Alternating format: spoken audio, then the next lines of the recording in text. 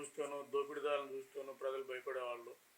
ఈరోజు పోలీసులు చూస్తే వాళ్ళ చర్యలను చూస్తే ప్రజలు భయపడి ముఖ్యంగా మాలాంటి వాళ్ళకు వచ్చిన పరిస్థితిని గమనిస్తూ ఉంటే బాధాకరణం. ఇక్కడ ముఖ్యంగా మనం చూస్తే రాష్ట్రంలో పోలీస్ వ్యవస్థ ఎంత రాజకీయాల కోసం పనిచేస్తూ ఉందో, ఎంత ఒత్తిడిలో ఉందనేది మనం ఈ యొక్క కేసు చూస్తే అర్థమవుతూ ఉంటుంది. ఇక్కడ పక్కనున్న వ్యక్తి చెట్టు ఉమామహేశ్వరరావు, శ్రీకాకుళం నరసన్నపేట దగ్గర మైనింగ్ ఆపరేషన్స్లో ఎక్స్పర్ట్. అతను మైనింగ్ సంబంధించిన అంశాల్లో వీళ్ళ పార్ట్నర్ అయిన వరదు రాఘవేంద్ర, అలాగే వాళ్ళ వైఫ్ అయిన విజయలక్ష్మి, అలాగే డివి రావు అనే ఒక లాయర్, వీళ్ళందరితో వచ్చిన చిన్న గొడవ నుంచి ఇతన్ని మైనింగ్ నుంచి ఏదైతే ఉన్నాయో దాని తాలూకా అక్రమాలను బయట పెడుతున్నాడు. దాంతో ఇతన్ని భయపెట్టి బెదిరించిన విధానం, బెదిరిస్తే లొంగకపోతే కుటుంబాన్ని చంపేస్తామన్న పరిస్థితి. దాంతో అలాగే వీళ్ళ బ్రదర్ని వచ్చేకి ఆత్మహత్యకు ప్రేరేపించారని చెప్పడం, జనరల్గా ఆత్మహత్య చేసుకున్నారని చూపించిన విధానం, ఇవన్నీ కూడా అనుమానం వచ్చి వీళ్ళు కేసు పెట్టిన పరిస్థితి.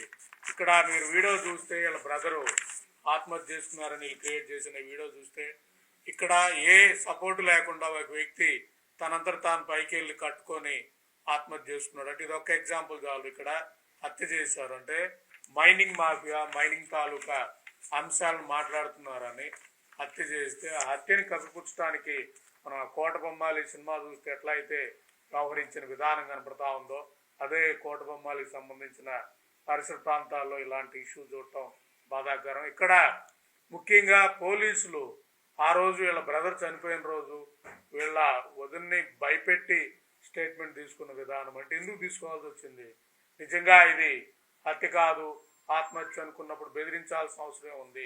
అలాగే ఎస్పీ గారు ఈ హత్య గురించి మాట్లాడితే నీ మీద ఆ ఉన్నాయి ఈ ఉన్నాయి కేసులను మాట్లాడాల్సిన అవసరమే ఉంది. అలాగే అధికారులు, అలాగే గవర్నమెంట్ మారింది, వీళ్ళందరూ కూడా వైసీపీ పార్టీకి సంబంధించిన వాళ్ళు, ఈ వరదు రాఘవేంద్ర గారి వీళ్ళందరూ కూడా వైసీపీకి సంబంధించిన వాళ్ళు. అయినా ఈ ప్రభుత్వంలో ముఖ్యంగా ఎందుకు జరుగుతూ ఉంది? మళ్ళీ టీడీపీ ప్రభుత్వం, టీడీపీ ఎంపీ రామ్మోహన్ నాయుడు కేంద్ర మంత్రిగా పనిచేస్తున్న పరిస్థితి, అలాగే టీడీపీ అధికారంలో అచ్చెన్నాయుడు ముఖ్యంగా ఒకప్పుడు టీడీపీ అధ్యక్షుడు ఆ ప్రాంతం, ఇది కూడా హోంమంత్రి అనిత గారు ఉన్న ప్రాంతం. ఇంత ఉన్నా కూడా వీళ్ళకి వాళ్ళ నుంచి రక్షణ లేని పరిస్థితి. అంటే పార్టీలు మారుతూ ఉంటాయి కానీ అవినీతి అధికారులు, అవినీతి వ్యవస్థ ప్రజలను పీకు తింటున్న విధానం ఇక్కడ మనకు కనపడతా ఉంది. ఇక్కడ మేము అడుగుతా ఉంది, వీళ్ళు కేసు పెడితే కేసు ఎఫ్ఐఆర్ కూడా బుక్ చేయలేని పరిస్థితి ఎందుకు ఉంటుంది? పోలీస్ స్టేషన్లు ఎందుకలా వ్యవహరిస్తా ఉన్నాయి? మీరు ప్రజలకు సేవ చేయడానికి వచ్చారా, లేదా రాజకీయ పార్టీలు ఒత్తిడితో పనిచేయడానికి వచ్చారా, లేదా అధికారులతో కొమ్మక్కై మైనింగ్ మాఫియాతో కొమ్మక్కై ప్రజల్ని పీక్ తినడానికి పనిచేస్తున్నారా అనేది మిమ్మల్ని అడుగుతున్నాను.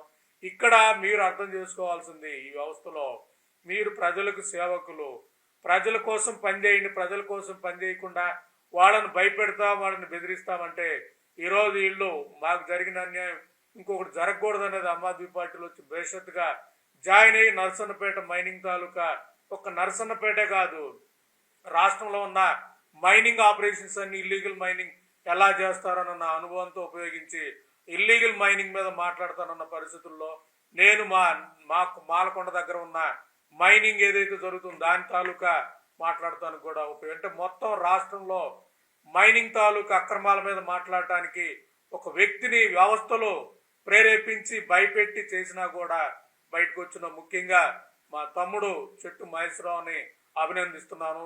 ఆమ్ ఆద్మీ పార్టీగా మీకు మేము చెప్పదలుచుకుంటున్నది, ఇదే మీరు కొనసాగితే రాష్ట్రంలో బాధితులందరూ కూడా సైనికులుగా తయారై వ్యవస్థల మీద తిరగపడి నేపాల్ లాగా తన్నే పరిస్థితి వస్తుంది. కాబట్టి ఇప్పటికైనా అర్థం చేసుకొని మీరు ప్రజా సేవకులు, పబ్లిక్ సర్వీస్ కమిషన్ ద్వారా వచ్చిన వాళ్ళు కాబట్టి వ్యవస్థలు ప్రజల కోసం పనిచేయండి. మీరే రౌడీల్లా బిహేవ్ చేసి బెదిరించి అక్రమ కేసులు పెట్టే విధానం ఉంటే చీపురు తిరగేసి కొట్టే పరిస్థితులు వస్తాయనేది ఆమ్ ఆద్మీ పార్టీగా చెప్పదలుచుకుంటున్నాం. ఇప్పటికైనా ఈ కేసు రీఓపెన్ చేయాలి. ఈ కేసు రీఓపెన్ చేసిన తర్వాత ఈ సాక్ష్యాధారాలన్నీ పరిశీలించి కేసు ఆత్మహత్యన హత్య తేల్చాలి. ఆ మైనింగ్ మాఫియా తాలూకా అక్రమ మైనింగ్ మీద కూడా పోలీసులు విచారణ చేయాలి. దీంట్లో ఇన్వాల్వ్ అయిన అందరినీ కూడా ఎస్పీ మహేశ్వర్ రెడ్డిని కానీ, అలాగే ఎస్ఐ అనిల్ కుమార్ని కానీ, ఇంకో ఎస్ఐ రాము కానీ, అలాగే ఉర్దూ రాఘవేంద్ర కానీ, వాళ్ళ వైఫ్ విజయలక్ష్మి కానీ, డివి రావు కానీ, వాళ్ళకి సహకరించిన అధికార పార్టీ వాళ్ళు ప్రతిపక్ష పార్టీ వాళ్ళు మొత్తాన్ని విచారించి మైనింగ్ మాఫియా మొత్తాన్ని కంట్రోల్ చేస్తేనే ప్రజలకు భద్రత ఉంటుంది, ప్రజలు నర్సన్నపేట ఏరియాలో గట్టిగా పనిచేసే పరిస్థితి ఉంటుంది. కాబట్టి మా తమ్ముడు నర్సన్నపేట ఏరియాలో పనిచేయాలి, ఆ ప్రజలకు అండగా ఉండాలని మేమందరం కూడా కోరుతున్నాం. మేము కూడా ఆమ్ ఆద్మీ పార్టీ జోన్ కోఆర్డినేటర్గా మేము కూడా ఆ ప్రాంతానికి వస్తాం.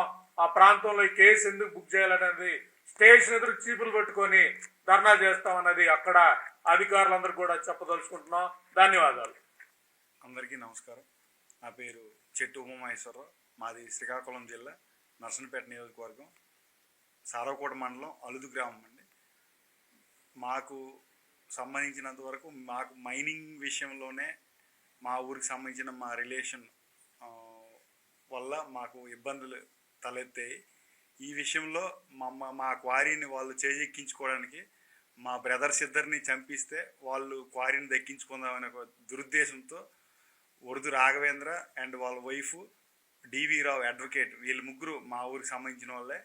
వీళ్ళు ముగ్గురు కలిసి మమ్మల్ని చంపేసి మా క్వారీని చేజెక్కించుకొని బయటికి ఏంటంటే ఆత్మహత్యలుగా చిత్రీకరించి మేమేదో బెట్టింగ్లో ఓడిపోయి డబ్బులు పోయి 1.5 కోటి దాకా లాస్ అయిపోయి మేము ఆత్మహత్య చేసుకున్నామన్నట్టు బయటికి సృష్టించేసి మా బ్రదర్ని చంపేశారు, నన్ను ఆత్మహత్య చేసుకునే విధంగా ప్రేరేపించారు.